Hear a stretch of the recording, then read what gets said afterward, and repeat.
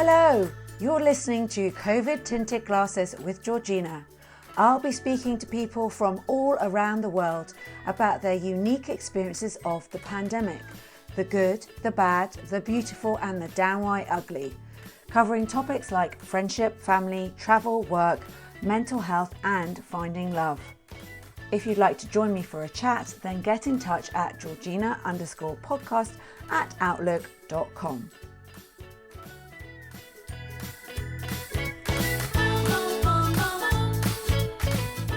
Welcome to Covid-tinted Glasses. I'm Georgina and joining me today is Electra Gillies, Bali resident, modern bohemian and founder of Eco Gypsy.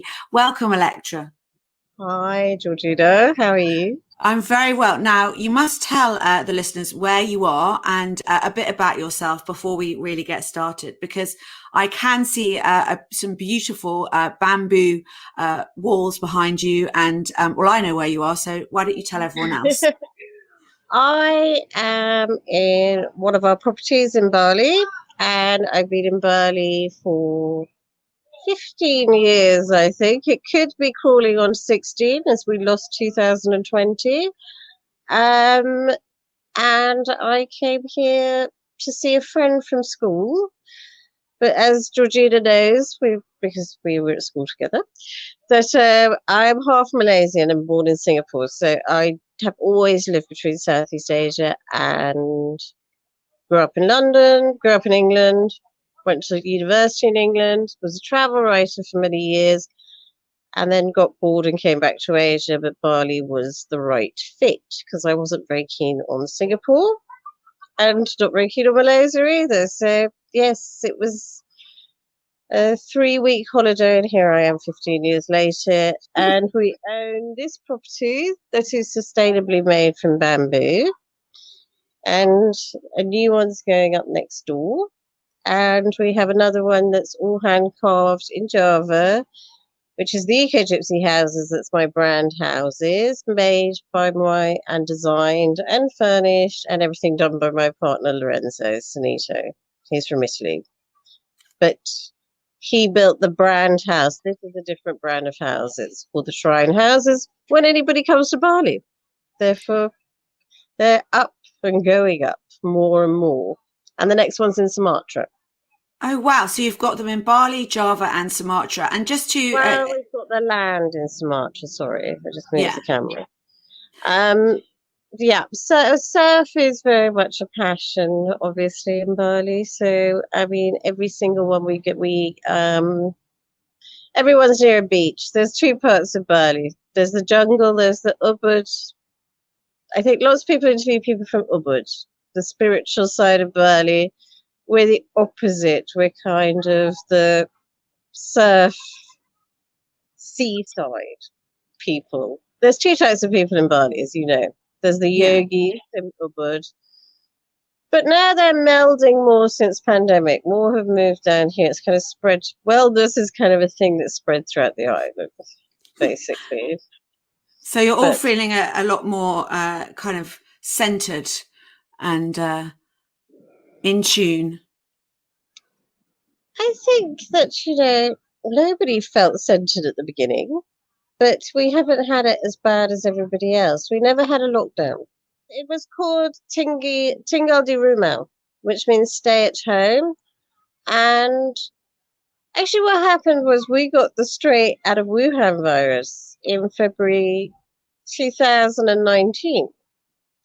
And I actually came back from Singapore after Chinese New Year and lost my voice and was very sick for 4 weeks without a clue what it was, like many people on the island. And we had 5 direct flights a week from Wuhan, 2 million tourists a month. And they were quarantining the Chinese tourists and they stopped flights from China. And then the news started breaking, there was a virus coming out of China. So Bali airport shut.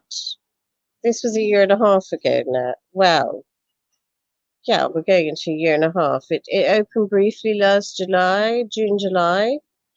But Tinggal di Rumah was 2 years ago now. So we dipped it in the bud very, fast. In fact, I've been on this island for 2 years, sorry, not a year and a half. And that just meant you could stay at home, and they actually locked the beaches. That was a bit confusing for everybody for 8 weeks. But you could go to the supermarket, the pharmacy, etc., to get essentials with face masks and sterilization, which everybody else is on now. But we've been on that rule. And then everything lifted very fast. So we have been able to socialize, and there was a brief lockdown, not lockdown, locking of people coming into Bali. Tourism has not been allowed, tourist visas, but business visas have been allowed throughout, so you can come long term to Bali or move here, which a lot of people have chosen to do from Europe. Obviously, because we have freedom, the kids are at school, we can socialize freely. But since Christmas, we saw a bit of a spike in cases, but mainly in the main island of Java. So we have had a curfew in place that was at 6 around Christmas to stop the New Year's Eve parties, all of that. It's gone to 10 now. So life is normal. And people are obviously pushing the 10 p.m. barrier, as I told you. And when you go out and about, no one's wearing masks, though, are they? Because it's lifted completely. No, it's not lifted completely. I mean, there is the basic respect of wearing one in a supermarket, when you go to the pharmacy. We don't really have shopping centres. I don't know. Many people are familiar with the fact that Bali, like half of it is outside. Most of our restaurants are open air. There's 3 or 4 shopping centres in Bali, but like the cinemas are open. So, right. And you don't have to wear a mask. So, the gyms are open. You're meant to wear a mask. We're not. But we might very much feel that we spiked at the very beginning, and there's been minor spikes. So the vaccination program only started in Bali 2 months ago, but they've gone very fast. And obviously the Indonesians are going first, but it's the opposite to the rest of the world. The workforce goes first because it's our economy that is dead. It's not people, fortunately. We've had cases, but the recovery rate has been higher than the death rate for over a year. Maybe a year and a half. Mm. But I don't think many mutations came in because also when it was Tinggal di Rumah, they shut down the beaches, but they isolated every single island from each other for 3 months. So some islands in Indonesia have never seen a case. There's only the most populated. So we've got 5,000 populated islands in Indonesia, maybe 5 have had cases. Oh, so wow. Indonesia, in its own quiet way, has been incredibly good at containing and... Yeah. And I suppose also to explain the distance between Java, where there was a little spike earlier this year, and where you are, I mean, to fly between Yogyakarta and Denpasar, how far is that? That's very fast. That's 45 minutes. But Indonesia itself goes from the tip of Sumatra, which actually that has a terrible reputation. So that runs parallel to Malaysia, all the way to Papua New Guinea border, because Irian Jaya, as it was, which is now West Papua, is cut in half. So practically to Australia. So to fly the length of Indonesia would take you. It's bigger. It's wider than the States. It's the biggest archipelago in the world. We have 17,000 islands that they know of. Wow. Tribes nobody knows in places like Papua and certain islands. There's still many tribes to be discovered. There's islands popping up all the time. Yeah. So it's not surprising. Yeah. It's a huge country. People know of Bali, Lombok. They're starting to know of Java, like Jakarta, parts of Sumatra. But no, there's lots of places that people would have never heard of. Yeah, I'm a bit embarrassed. I now remember that Java is the island next to Bali, isn't it? Or have I got that wrong? Yes. I was like, now I'm saying it. It's got the three biggest cities, Jakarta, but Jakarta's miles away. It's like Yes, it's in the west of yes, Java, yes, and then yes. Yogyakarta and Surabaya, and then Badung is below Java. But all the four biggest cities are. No, I think the three biggest, and then one of the Medan is very big in Sumatra. But yes, Bali is not a very big population. We're just famous because of the tourist thing, which Yeah. is now gone Now, so there's mainly. been no tourists for, except for people that are coming who have businesses. Um, there's been no Well, tourists for 2 years it's a or, loophole. It's mm, long-term tourism.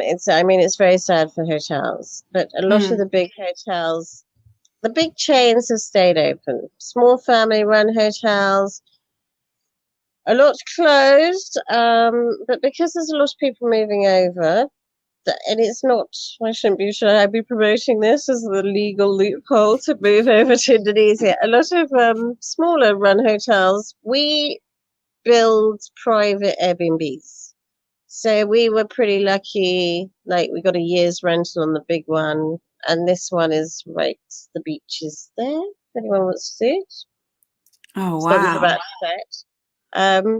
So obviously lots of people come down for the weekend, who live here, or we're lucky. A lot of people fly in for photo campaigns. It's a little bit expensive to get a business visa, but it's totally viable to come for a month or two because it's cheap to live here. But yeah, the smaller run hotels have got around it by renting per room monthly Yeah. because And lots of because people people, are moving over mm, just simply for the lifestyle. And it's got a huge creative community. So lots of people, we had a real slump, but lots of people are moving over to start businesses again. Things are starting to move now. When the business visa shut for 3 months, we were really suffering. yeah, I can imagine. And you have another business, which is your fashion kind of side of Eco Gypsy. So that's launching again, isn't it? Or you're relaunching it? Yeah. Or Speaking of production starting to pick up again, I mean, there was never any intention to shut the the brand, but I use 100% Balinese artisans, and everything is hand sewn and without showing people too much cleavage. Like, I have shells and beads that are all on sustainable spandex, etc. So my pieces take some pieces like the hand crochet or the hand macrame can take up to 14 days to make one swimsuit. wow. So we proudly have never cut anyone's salary or fired someone throughout, even though the brand has been asleep. But unfortunately, I was using not really factories, but it's like a building with 30, 40 artisans in that are making everything by hand. So they quality control, etc. It makes your life a lot easier than home workers because, the same person will do all of one style. But of course, with handmade, all our pieces are a bit. But unfortunately, yes, I sampled the whole of last year's collection, and the factory had to shut after 30 years, two of them in a row, because of government regulations. You're not allowed more than 50% in the building, not allowed 50% of working hours. So sadly, Bali is famous for one other thing, which is its artisans. Well, you just have to look at this house. I mean, Mm. the quality of work in Bali is unbelievable. But we're back to home workers, and people are struggling to get clients. The bigger factories, it's so much easier for people because they can't fly in. The big factories are booming. Sustainable is a very broad word. They're using sustainable fabrics pumped out in massive factories that are making loads of money. The true local artisans are suffering terribly Mm. because people just order via email and get their order shipped out of Bali. So that's not really supporting the local community. Do you know what I mean? Yeah. Because you don't know Whereas who's I made it. Yeah. Yeah, well, it's just made in a massive factory, Mm. which is pay. Let's say this is also Indonesia, which is paying to, or it's running 24 hours in shifts because it has the money to do that. Mm. So yeah, unfortunately, I did sample the whole of last year's collection and lost two factories. So um, By I'm back. sample, you mean, what does that mean?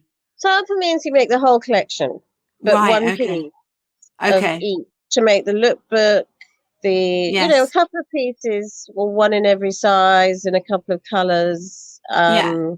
or every colorway, and you okay the designs, Yeah. and then you shoot the lookbooks and you shoot the campaigns, because with fashion you were, well, another thing that I never followed, but you're meant to follow seasons where you're sending out what's coming to the shops in advance, Right. the Yeah. stocking, and then they order, and then you start production.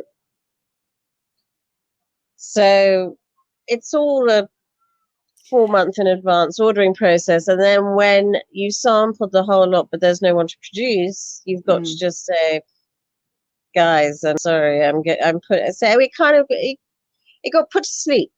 So Yeah. I relaunched while I've been sourcing people to do this, because it's very it's not machine made, my stuff. So I've had to really go out there back into the villages, which has been really nice because that's how I started. It's only when I got bigger I had to go to bigger places, but it's kind of exciting. You're going back really into the real Bali. Yeah. And did you lose money last year then? Because you paid the money out and then, yeah. Honestly, Mm. honestly, I don't know many entrepreneurs who didn't lose money, and Yeah. unfortunately, we loads folded. We were lucky that we hadn't invested, but I mean, property-wise, we're lucky that people book, as I said, etc. But this was finished the day we locked down. Oh, yeah. Yeah. So you haven't had anyone renting it or, We locked down in it because the right. beaches were shut. So we had two children, so it's much better for them. So it was wonderful. But again, you go a bit doolally because we only spoke to about 10 people who also live on the beach for 2 months. Apart from when you went to the shop, or we have our home, which is in town, what used to be town, which is Seminyak, Canggu area. Right. But the schools were shut, everything was shut. Luckily they're both back in schools, nurseries are reopen, a couple of schools are reopen full time, etc. But no, when the beaches were shut, I didn't talk to anyone for like 2 months. So Apart that from would mean that you could go to the beach because you live on the beach, but no one could come to the exactly. beach. Yeah. No one could. Oh, Mm. they was all shut because it's down the steps. We're all down at the bottom of the Ah, cliff. right. So they couldn't get, But yeah. there was a bit of friction on the beaches that are not at the bottom of the cliff up on that coast, in Canggu, which most people know Bali for just because it's digital nomad central. It's where Mm. everybody moves in Bali. Um, and influencer central, which I won't really give my opinion on how that's changed Bali's landscape, but it's given a very false impression of what Bali really is. But Mm. obviously, there was people trying to get onto the beach, mainly foreigners, saying, it's good for you. Do we just want to go surfing, etc.? But the fact is, they had their reasons for it, and it was 6 weeks. Looking back now, people were like, "Yeah, compared to the rest of the world, 6 weeks was hardly the end of the world." Mm. Yes, because, yeah, for some people it's been a lot longer. Yeah. Well, to say the least. I mean, our Mm. families is just the main problem. Yes, because when was the last time you've seen your nearest, your parents or, yeah, or Well, 2 Lorenzo's? years. Two Mm. years was two, usually because we have slightly different terms to England here, because there's such a big Australian community that we have equal summer holidays for them and us, so Christmas and June. So usually May we would be flying now to Europe Mm. for 2 months.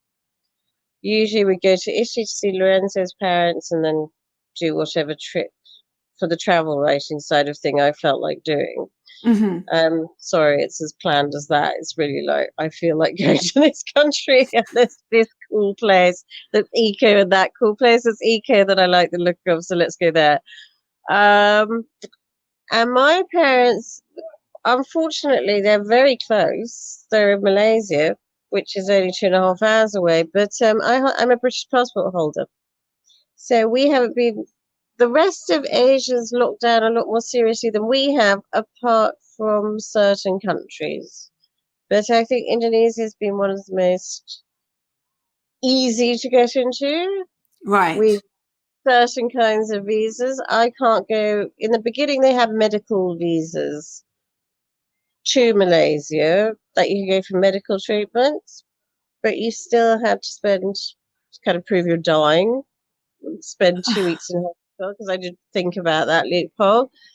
But even people who have Malaysia, my second home, which is you have a house in Malaysia as a foreigner, you live there. Even they couldn't get in for a while last year from Europe. Right. Europe was cut off from us. Yes. Completely for a certain period over winter because people just say there's too many mutations, especially the UK. Nobody wanted the UK. So Russia, weirdly, lots. Other European countries that were doing better, fine, but the UK just got blacklisted from Asia completely a couple of months ago.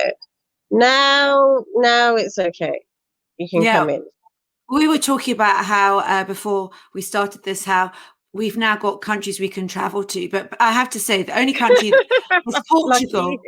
Yeah, just Portugal is because all the other countries, and I'm sure this is not, someone will tell me this is wrong, but a lot of the countries are so hard to get to, and they're literally like an archipelago in the middle of the ocean somewhere, or so they're not easily accessible places to get to. So yeah, exactly. To be frank, the safest countries in the world, we are all islands, which is why the UK is an island, and from the very beginning, other island dwellers were like, you'd shut the airport and the channel and introduce PCR like we did from day one. Yeah. My sister and my niece went back and they said they just swanned in. Like nothing, because they're British passport holders, but everybody was swanning in. And we were just like, we've had PCR tests for 2 years, negative, and retested. Quarantine was only introduced 3 months ago with a few mutations coming in. Right. Okay. Yeah. So, I mean, from the beginning, it's been as I said, it's been very well handled, and it's something that's kept very. I've noticed that, as my mother says, Asia doesn't exist in Europe because they don't like people to know how well we're doing. Right. Yeah. Like China's fully open and booming, and the vaccine is much safer. They only use the Chinese vaccine in most Asian countries. They're not using any of the AstraZeneca, etc. They find it too risky. They will not use it. And have you been vaccinated yet, or do you think you will get vaccinated? No. Is that the frankest answer I can give? Number one, there's 2 reasons behind this. Number one is I can't at the moment because I'm not Indonesian and it's free for them first. So for us to be privately vaccinated, I have to wait another few months till that's available on hospitals. And children are exempt here. They've accepted that children just don't get sick with it, or they get a fever for like a day. So I don't know. There's certain countries that are vaccinating children. It's crazy for me. Yeah. Because I've definitely had it, by the way. That after Singapore thing, I had the antibody test. I've definitely had it. So and number two is I really want to see the first year go. I vaccinate the children. I live in a tropical country, hepatitis, etc. But as I said, our biggest fear, we've just finished rainy season, is dengue. Right. We've got things like malaria and dengue that kill more people, and we haven't found a vaccine in hundreds of years. This is a bit too fast for everybody's liking on this side of the world. But Sinovac, I give it to the Chinese. There seems to be very little reaction, and China's fully opening, fully functioning, as are a lot of Asian countries. We just haven't opened our travel bubbles to each other. But Right. we're being very cautious, which is what Europe decided not to do last year. I I think maybe that's a psychological thing. The Asians are better at taking orders. But in general, do you know what I mean? I Mm. think they knew they would have, well, they do have riots on their hands, but, knowing Italian culture and French culture, the English are being a bit disappointing. But, you know, what is true, usually the British are quite anarchistic about these things, but I would like to see I would like to see a year of this vaccine go first because it's been stopped twice. I trust the Sinovac. Most of us are waiting for the Chinese, and that's the bluntest answer I can give. But I have British friends who don't even know it exists. No, I think I have heard of it, but it's not commonly discussed, which is quite strange, isn't it? And Because there's no side effects as recorded as of yet, and all our economies are back on their feet. mm, Again, it's trying not to upset the balance of people who've really had a year of their lives stolen through bad management, let's be frank. mm, Like, that's a bit of a harsh judgment, but as I said, I'm half and half. I've grown up in both societies, and I think UK handling, especially, was terrible mm, as an island. Mainland Europe, you've got borders onto each other, but as islands, 99% of island nations are thriving. So UK should have done a better job, I think. mm. But there you go. I diverge. We're diverging off Indonesia in general. But yes, it's opening and it's up now and it's more positive. Yeah. And maybe when do you think the UK will be, people from the UK will be able to get in as a tourist? Probably not. How long do you reckon that will be? To be honest, we keep being told that tourist visas are going to open every few months. I think that's just false hope. I mean, I don't think. Apparently, they're going to. We have travel bubbles open to the Chinese. Right. But to Manado, which is in Sulawesi, that's miles away because they have no cases. Um, but sorry, there's kids yelling in the background. It's fishing sunset time. Um, but the travel bubbles are going to open. Indonesia is also the fourth biggest population in the world. We need to hit a target of X amount vaccinated. But Right. again, the Okay. government doesn't want to vaccinate the whole population because they're like, half the islands haven't seen cases. The tribes don't get Mm, touched. They get cut off. They were cut off immediately, and they don't get touched. You're not allowed contact with them, and obviously they would never vaccinate the tribes. So that makes up a huge percentage of the population. mm. Um, for tourist visas, we're thinking March probably. They're saying July, but I think that's Asian travel bubbles. I don't think that's free for all. So But next it year, 2022. But you can come to Indonesia easily Mm, if you have the money. It's mm. just the problem of getting home because you have to quarantine Yeah, because we're not on the exactly. list. But I suppose one of the other big benefits, which you kind of briefly touched on before, was the marine life. So the last 2 years, Yes, obviously, there's been less tourists around. And you said you went to the Gili Islands, there's three main ones, aren't there, off the north of Lombok? I did remember. yes. I mean, Yes. they're the most popular tourist destination that actually I would never go on. Can you see my notifications coming down? Should I get rid of them? No, no, I can't. Um, what you would call it? They're the three main ones. I would never go to them usually because they were totally. There has been overdevelopment in Bali big time in the Mm, last 7 years, and I really would never have gone back to Gili in a million years if you had told me a year ago. But it's the one with the most action. Now, this is where it's a double-edged sword because it's depressing. Because so much has been built and so much is shut. You're like, oh my God.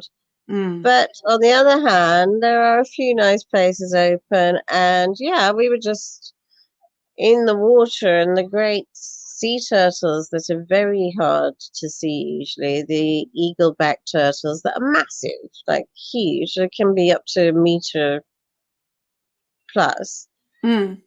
I'm just standing in the water. There's like Turtle Point. Usually there's 100 people trying to spot a turtle. And it was just me, just us four in the water. And one just, something brushed my leg and there it is. They're not scared anymore. And right in front of us here, it's too low the tide now. But do you know what a dugong is? I think of. I'm going to say something which I know is wrong. So just tell me. It looks like a seal, and it looks like it's kind of cute. It's a bit dumb looking. It kind of looks like a cross between a dolphin slash a Does it have like a stubby nose? A big. yes, Yes. but it's a kind of fatty thing that's with a stubby nose. It's kind of cute.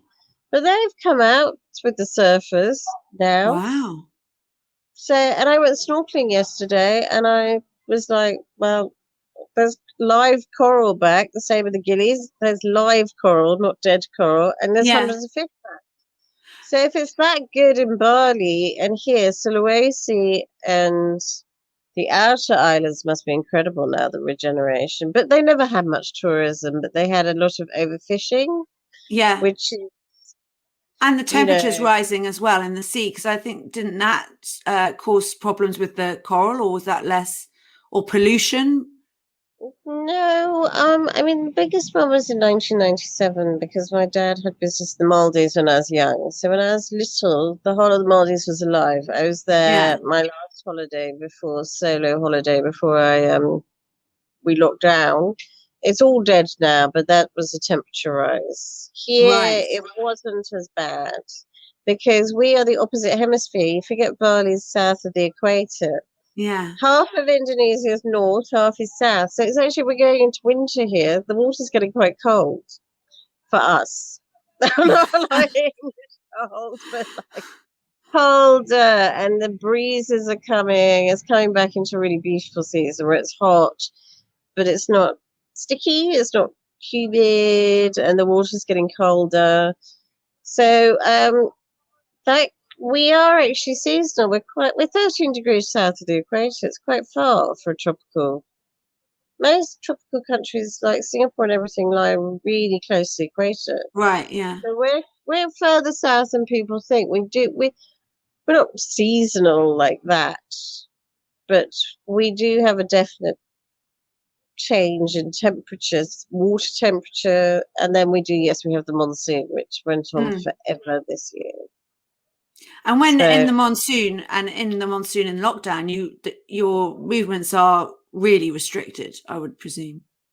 but the thing was, we weren't locked down, but it was Mm. just it was so heavy that you don't want to go anywhere, so you felt claustrophobic. But I honestly can never say because there was never a lockdown, and I can honestly say, so I'm obsessed with my hair. Can we just touch on the fact that I have just got out of the sea and this is saltwater hair? This is not like I'm not I think we prepared. should mention that. And also, we had to do the interview now because the tide was low, and when the tide is high, the sound is too much as well, isn't it? So It's like living on a boat because it's there. There you go. yeah, Comes the sunset. yeah. So yes, it sounds like the house is going to capsize, but it doesn't. We've got rocks below us. No, so yes, we had to do now. Before I told you, if not, you just wouldn't be able to hear me. I'd be locked in a bedroom, which would be a bit weird in Bali. We've never locked down. It was just like, yeah, it's monsoon is so bad here, like the streets flood. But the Balinese have a great sense of humor. We were just like putting surfboards on the back of motorbikes and going down the road and going shopping. I mean, everybody's been pretty. There was a low point when the business visas were shut. Mm. around, so Christmas, just after New Year, Jan, Feb, March. It was not raining. It was raining. We couldn't come down here so much. We couldn't go to the beach. Stuck at home. Stuck on the island. Most of the islands are raining, so it's not really worth going to any of the other islands. And surf's not good. It's just the wrong season, full stop. And they shut the business visas, so no money was coming in, and things were shutting at the rate of knots. I mean, the amount of shops and businesses shut in Bali is petrifying. It does look post-apocalyptic here already. I don't know about English towns as opposed to London. But here it's post-apocalyptic. There's just shops shutting every week. There's rows and rows and rows of just shut, pulled down forever. That's it. But, the news probably has shown that. I know they showed the Bali plastic trash wave that we get every year with the monsoon. And I know they've shown all the shut shops, but on the other hand, they haven't shown the positive of all the fishermen are out because the fish are back. Everybody's much healthier. The good season's back. Everybody's in a much better place mentally. Mental health here has not suffered as badly as the rest of the world. I think that crisis hit us. We all got depressed for a bit. We all had our ups and downs in relationships. We all almost killed our children during homeschool, but it was so brief. I cannot even compare it to England, so I'm not even going to complain, because I know people who've just not left their tracksuits or their houses or their anything for months on end. And then they were given these brief spurts where you're allowed out. So psychologically you get better and then you're thrown back into it. And I think that's kind of dangerous because it made it a lot worse. That definitely made it a lot worse, actually. Yeah, I know. Just knowing that we're not opening and that's it, full stop. Put up with it and survive or go back to your home country as foreigners it's harsh, but it's at least you know. There's no sort of like false hope, and you build your life around it. As far as I'm concerned, I don't have a life to go back to in England. No, this is your life. Well, it's been my life for 15 years. My children grew up here, and now I speak more Indonesian than English a day because that's my interaction. I think and why would I come back in these circumstances? I found it quite hilarious, actually. I think all of us who are expatriate, I hate the word expatriate because it's a really stupid word. I think of bankers and stuff. It's like having a real job. Not that my job isn't real, but you know what I mean when you get relocated. They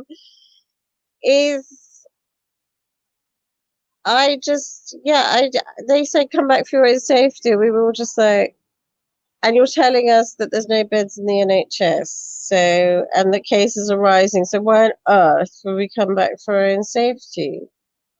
Like, if you test positive here, they're like, go home, isolate, and if things get bad, which they were doing in England, but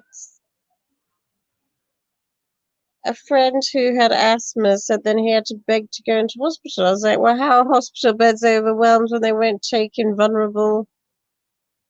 I don't understand, but I don't know the situation well enough. I mean, I admire people in London because they really kept their spirits up. People in the country seem to have been a lot better.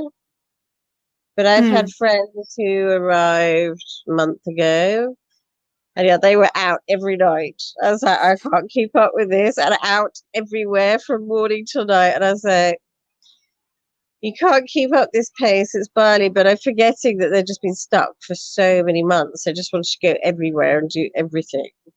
Yeah, they weren't kind of like, like an excited. Yeah, exactly. Whereas we're kind of used to it now. It's just like, can I be bothered to go to a party? And that sounds really spoiled. That's why I actually have become very quiet when I speak to friends in England now. In the beginning, I was really like, yeah, we're fine doing this. This is it. When the years are dragging on, I don't know if you know that Australia announced March 2023 yesterday. No. Yes. For what? Opening? Oh, wow. So Australia, I mean, has always been a bit harsh with Mm. its rules, but they're an Australian friend, so that it's already announced 2023. So Mm.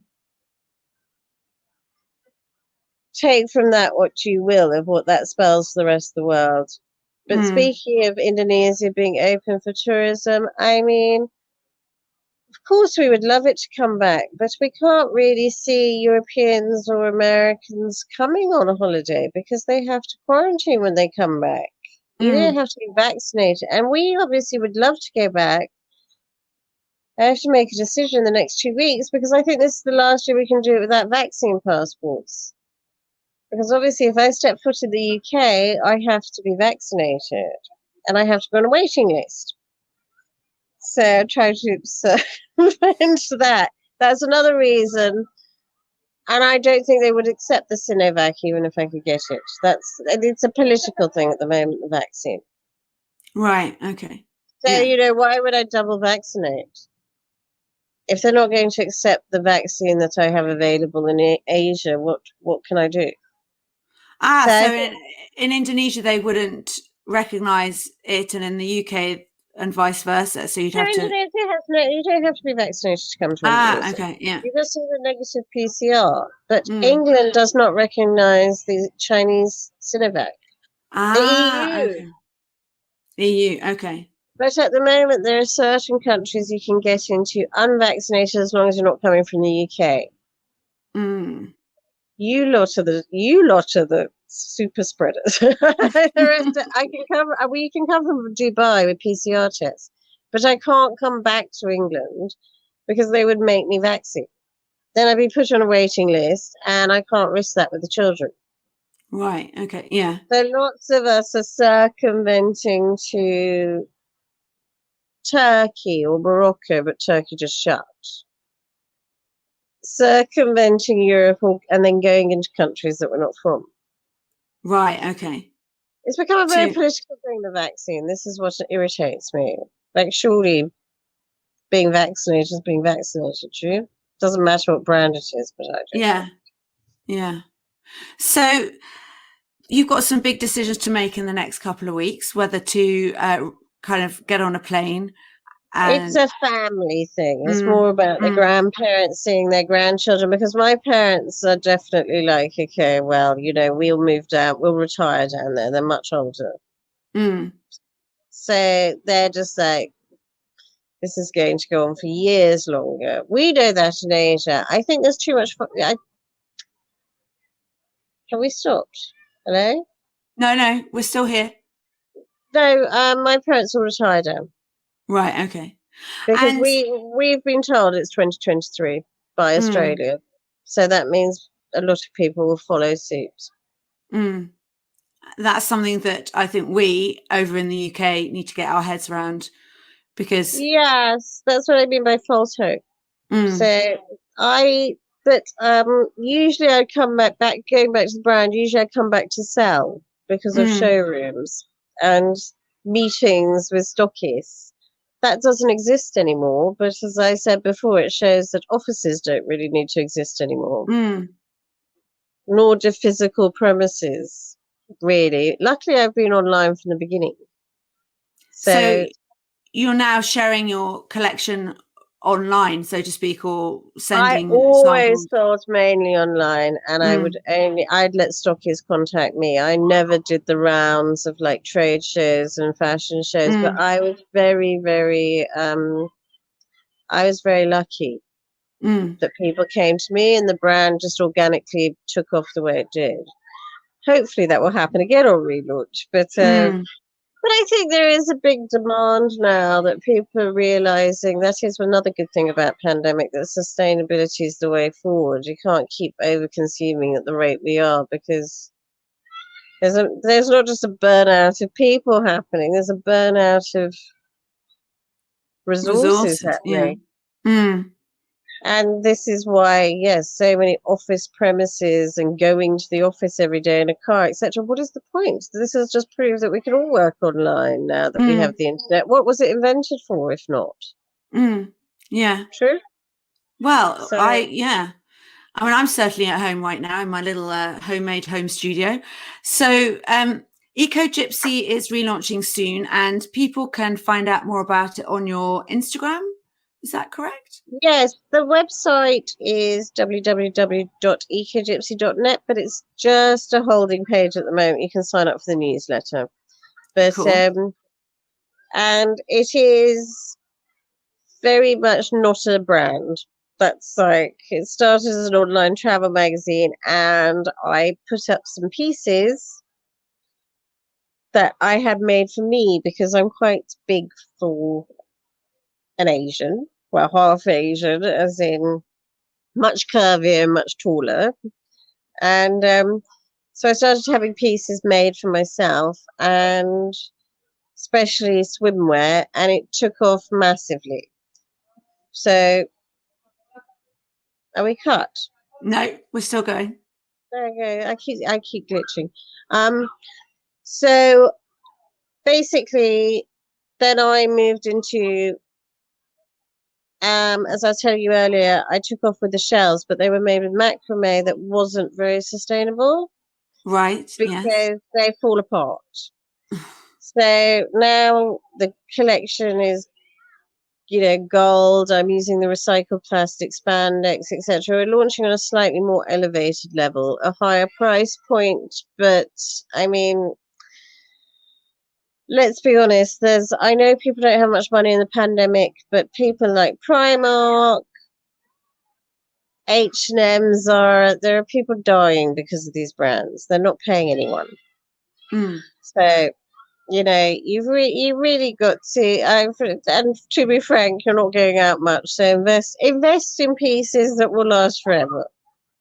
Yeah. Because there, as I have seen with my own eyes, there are literally people starving on this island because of big brands not paying up. And that's the same for India, for Latin America, for Bangladesh, Indonesia, anywhere that there's a massive garment industry, people are literally starving to death. So when we launch, for every piece you buy, $15 goes to support a family automatically, which gives them their basics for a month. And then we will be putting an opt-in to making it's called Adopt a Family, so that you can like support them monthly for X amount of time after you bought the piece. Right. So you've got some extra things in place to help the families there, and the materials are all sustainable. And Yes. yeah. And all made at home, supporting the villagers. We've never cut salaries, we've never fired anyone, even though I've been asleep. We've just been quietly working at a much slower pace. I mean, I'm very adamant about that, but there will be an extra opt-in when at checkout where you can add money for $15 from your purchase will automatically go to sustain a family for a month. But there'll be an opt-in to add more money to maybe add an extra, 45, $90 because I sell in US dollars, even though I'm not British because it's more international. And that's my main market is so as much as you want, there will be an opt-in to be able to sustain a family for up to however many months you want to. And that will go straight to a foundation called Adopt a Family in Bali because it only costs, the equivalent of a tenner to buy them their basics for a month. So really, I will automatically do that on every piece sold, but people can choose to, yes, adopt a family in Bali for a month to keep them going, or however many months they want. And there'll be full transparency and checkout about that, and obviously transparency when you receive your piece about where your money's going. So we've teamed up with one of the one of the charities that's helping feed families in the more rural regions of Bali where they've really got nothing. Wow. So that's something that you've obviously thought through this past year and come up with. And is that new for this launch, or is that something that happens for? Well, before I was supporting the families anyway, but now there are too many families that need support in Bali. So yes, I've put in, and so I support my own workers and their children's education, their healthcare. But now this is for people to be able to support a family in other regencies of Bali who are totally out of work, other in the villages, because obviously I can't support everybody. So, well, none of us can. Do you know what I mean? But we're doing our best. There's hundreds of people on the ground helping as much as they can. I mean, that's a good thing about small islands, small communities, is that we all pull together. Yeah. And do as much as we can for the locals. And that's another very interesting thing, that a lot of people who lost their jobs in tourism, agriculture went up 60% in Bali. And actually some people are making a lot more money again off tourism. People were selling their rice fields because Bali was the rice bowl of Indonesia. Right. Yeah. And it supplied the rice for the whole of Indonesia. And think, for a tiny island, that Bali and half of Java was feeding rice the whole of Indonesia because they didn't have rice paddies, the right conditions in other islands. It's huge to be able to go back to, and they sold all their rice fields for these awful hotels and for tourism, and suddenly that's reversed as well. That agriculture's up 60%, and some people are making more money than they were off tourism because European countries' agriculture's dead. Yeah. So we have the volcanoes here, so of course we can grow even strawberries, and people have set up vineyards, Italians have set up wine, and there's all sorts going on there. So it's really become sustainability has really become it was already a place for creators and sustainables, Bali anyway, but it's really intensified. I'd just like to say that there are some barley brands that are mass produced, and do your research. But Bali really has got some amazing stuff going on at the moment. For such a small place, you'd be shocked at the amount of brands that you are buying that come out of here that are more original, not the high street brands, some, but not all. Don't buy Victoria's Secret, by the way. They don't pay their workers in Indonesia. Well, Electra, thank you so much for speaking to me. Yes. It's been really, really interesting to learn. The sun is going down slightly, so we're about to be plunged into semi-darkness. Semi-darkness. Well, thank you, and thanks for choosing the low tide, and I hope you have a lovely evening, and I'll speak to you soon. Take care. Bye-bye. Okay, thank you. Bye.